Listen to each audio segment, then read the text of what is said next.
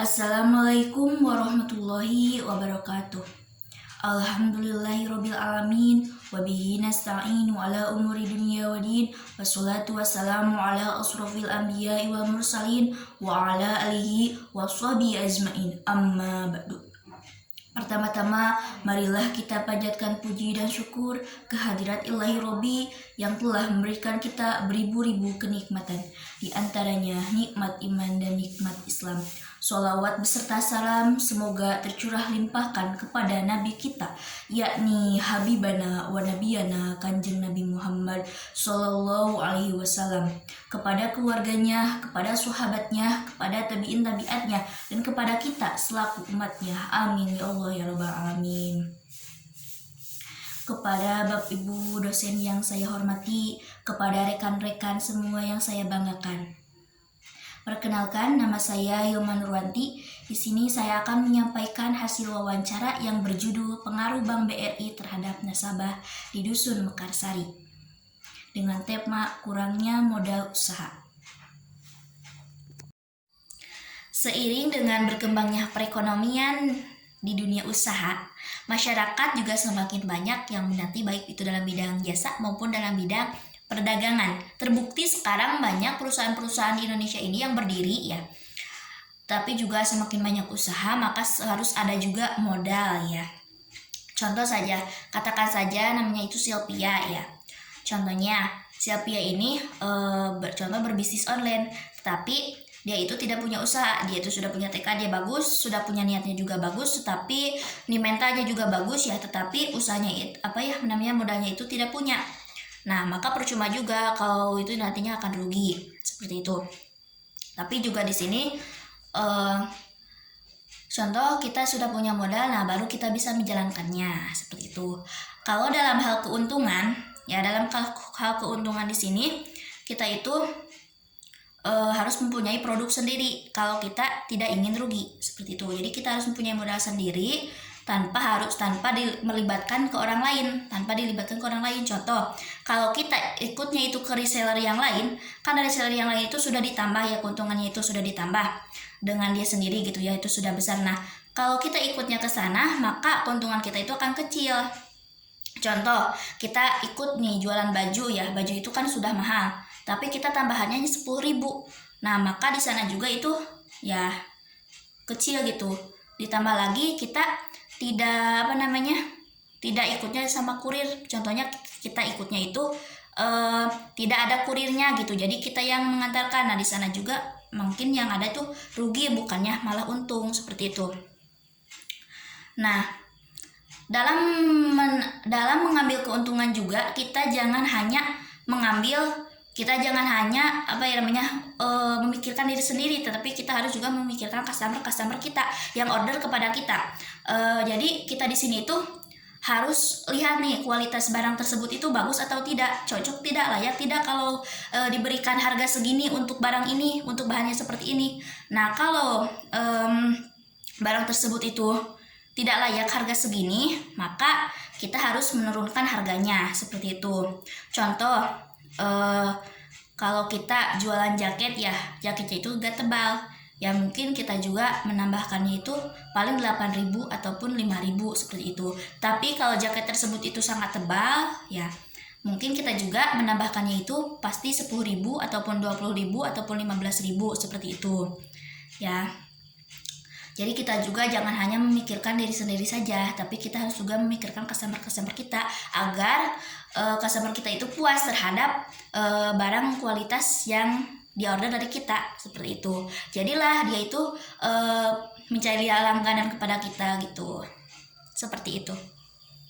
Jadi di sini tujuan penelitian yang saya akan ajukan yaitu yang pertama latar belakang dari Bank BRI itu seperti apa, yang kedua itu persyaratan yang kami minjam ke Bank BRI itu seperti apa, dan yang ketiga yaitu ada berapa jeniskah Bank BRI. Nah, untuk permasalahannya di sini saya setelah nasabah ataupun Bapak yang meminjam ke Bank BRI itu apakah kehidupannya itu meningkat ataukah menurun.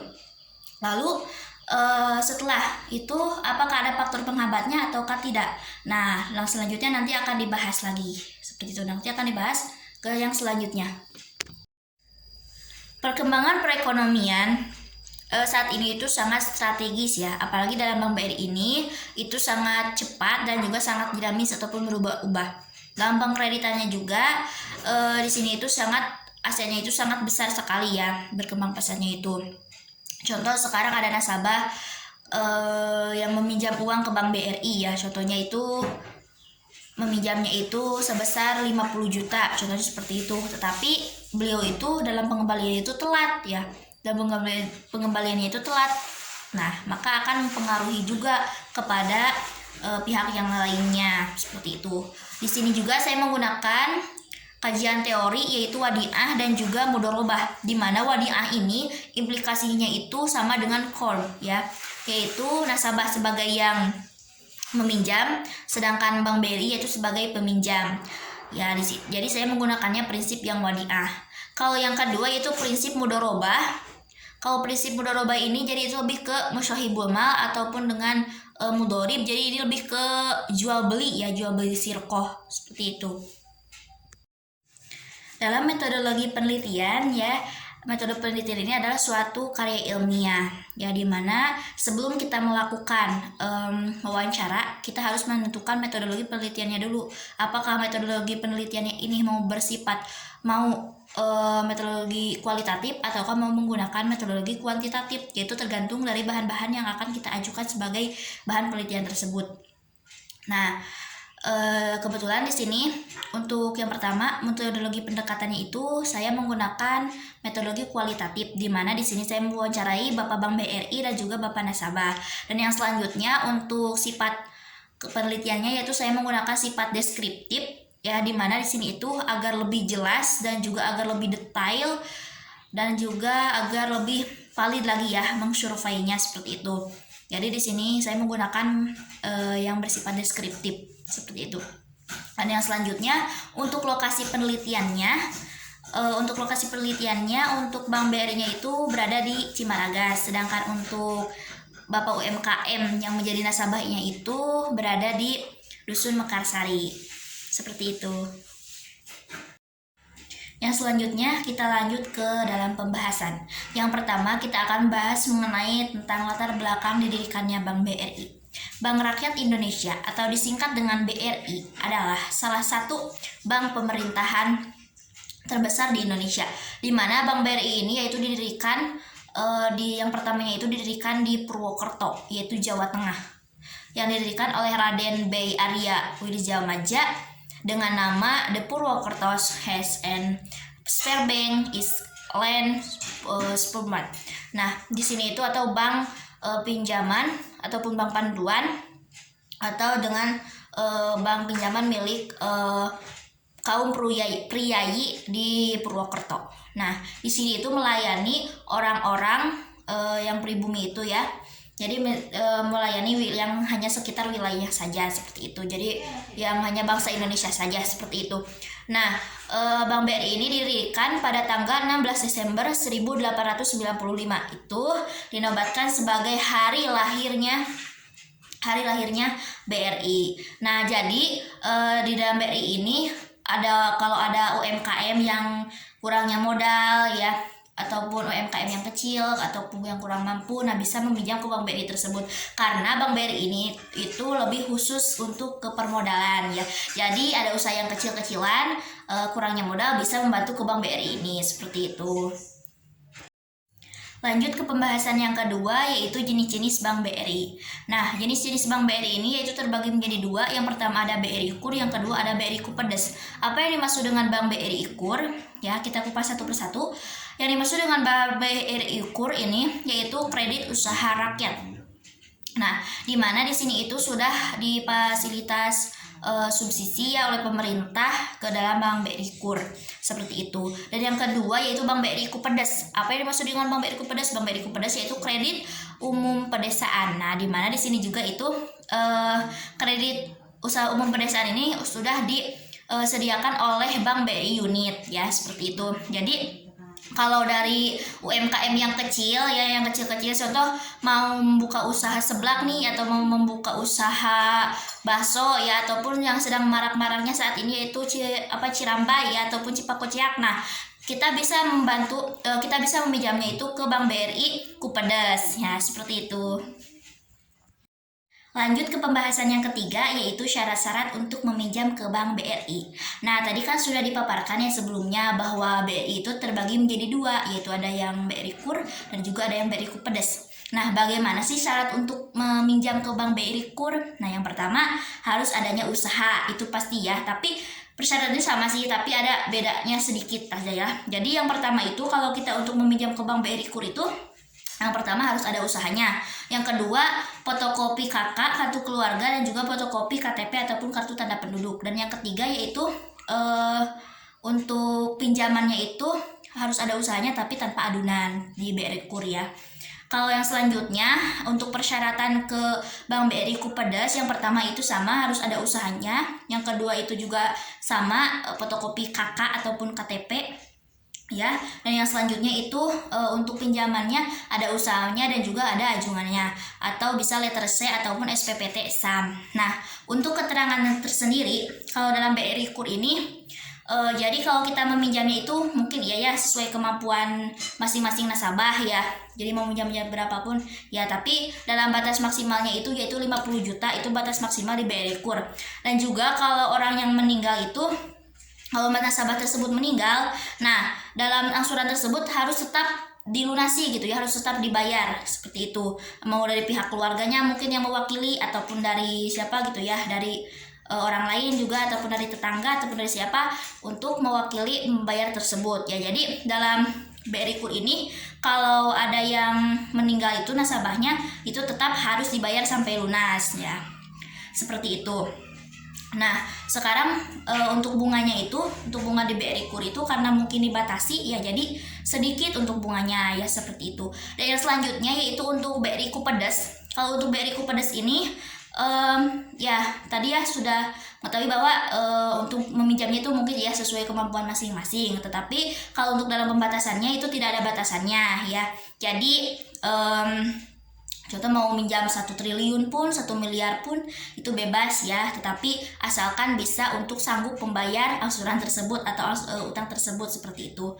Nah, tetapi dalam BRI Kupedes ini kalau nasabah itu sudah meninggal maka akan dibebaskan angsuran, jadi tidak perlu bayar sampai lunas gitu. Jadi kalau nasabah tersebut meninggal maka itu pun lunas gitu ya, angsuran tersebut pun lunas gitu, jadi tidak perlu dibayar sampai lunas. Jadi contoh sekarang pinjamnya 50 juta nih, tetapi nasabah tersebut baru bayar 25 juta tetapi sudah meninggal. Nah, jadi tidak harus dilunasi sampai 50 juta, jadi setelah meninggal itu jadi sudah langsung dibayar lunas. Jadi oleh Bank BRI Kupedes itu sudah dimaklumi gitu ya bahwa nasabah tersebut sudah meninggal gitu, jadi tidak bisa ada yang mewakili dari yang pihak lain, seperti itu. Karena kan yang bertanggung jawab juga itu kan nasabah yang meminjamnya, bukan dari orang lain, mungkin seperti itu ya.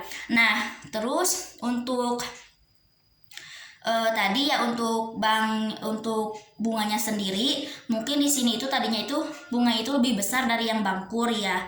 Yang Bank KUR itu tadi lebih besar ya, Bank BRI KUR lebih kecil, maksudnya kecil. Tapi kalau yang BRI Kupedes ini lebih besar tadinya karena adanya IPTW ya, indeks prestasi. Nah, karena sekarang indeks prestasi tersebut sudah dicabut, maka bunga tersebut juga kecil, seperti itu.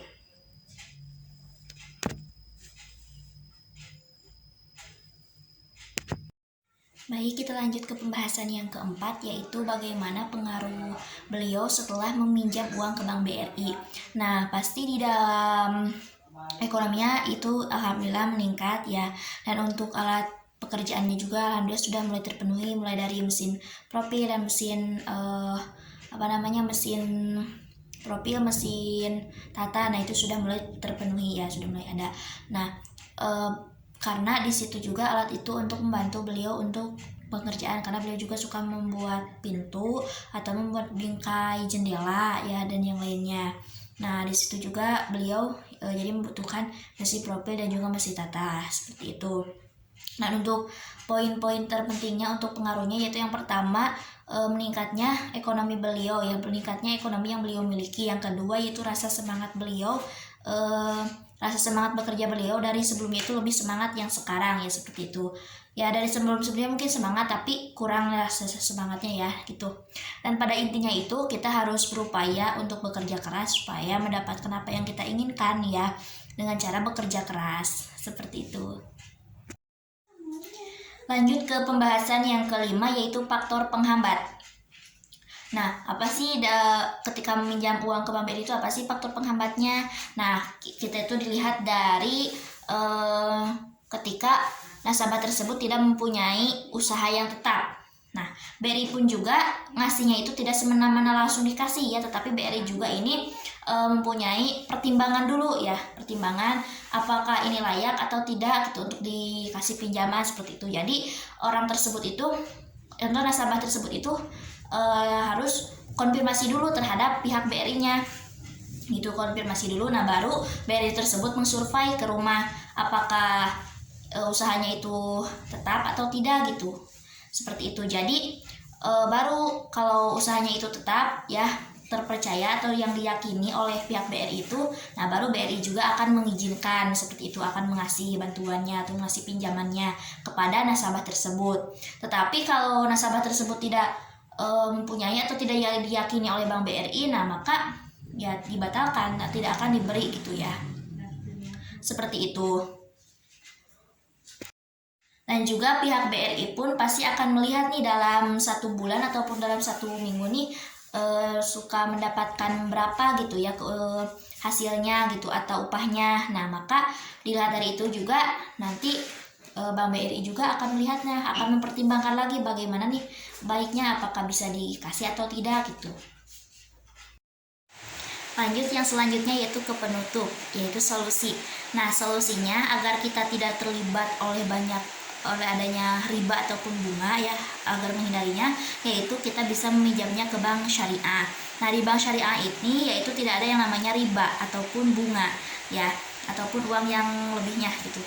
Jadi di sini itu lebih ke bagi hasil. Jadi semuanya itu saling menguntungkan dan kedua belah pihak itu saling menguntungkan, tidak ada sama sekali yang dirugikan seperti itu. Nah, masuk ke dalam jenis bank syariah ini terbagi menjadi 3 ya, terbagi menjadi 3 secara fungsinya, yaitu yang pertama ada yang namanya bank umum syariah, yang kedua itu ada yang namanya unit usaha syariah, dan yang ketiga itu ada yang namanya bank pembiayaan rakyat syariah. Nah, apa yang dimaksud dengan bank umum syariah? Nah, bank umum syariah ini yaitu lebih ke prinsip-prinsip syariah ya. Jadi di dalam juga tentang syariah, tidak ada yang tentang konvensional. Kalau yang unit usaha syariah itu, kalau yang kedua itu unit usaha syariah itu dibentuknya itu oleh konvensional ya, tetapi prinsip-prinsip di dalamnya itu mengandung syariah. Yang selanjutnya yaitu tentang bank pembiayaan rakyat syariah itu lebih ke transaksi jual beli ya, seperti itu. Lanjut ke prinsip-prinsipnya, yaitu terbagi menjadi 2, ada prinsip wadiah dan juga ada prinsip mudorobah. Nah, prinsip wadiah di sini itu implikasinya itu lebih ke core ya. Jadi nasabah itu sebagai yang meminjam dan Bank BRI itu sebagai yang peminjam ya. Jadi masuknya kalau yang Bapak ini, yang punya nasabah ini masuk ke dalam prinsip wadiah, di mana nasabah itu sebagai yang meminjam dan Bank BRI itu sebagai yang peminjam, seperti itu. Kalau yang kedua, prinsip yang kedua itu yaitu prinsip mudorobah ya, prinsip mudorobah, di mana di sini tuh terkait dengan musuhibul mal dan juga mudorib. Nah di sini itu yaitu yang terkait dengan transaksi jual beli sirkoh ya, seperti itu. Cukup sekian dari saya, terima kasih, mohon maaf apabila ada banyak kekurangannya dan banyak kesalahannya. Cukup sekian, terima kasih, wassalamualaikum warahmatullahi wabarakatuh.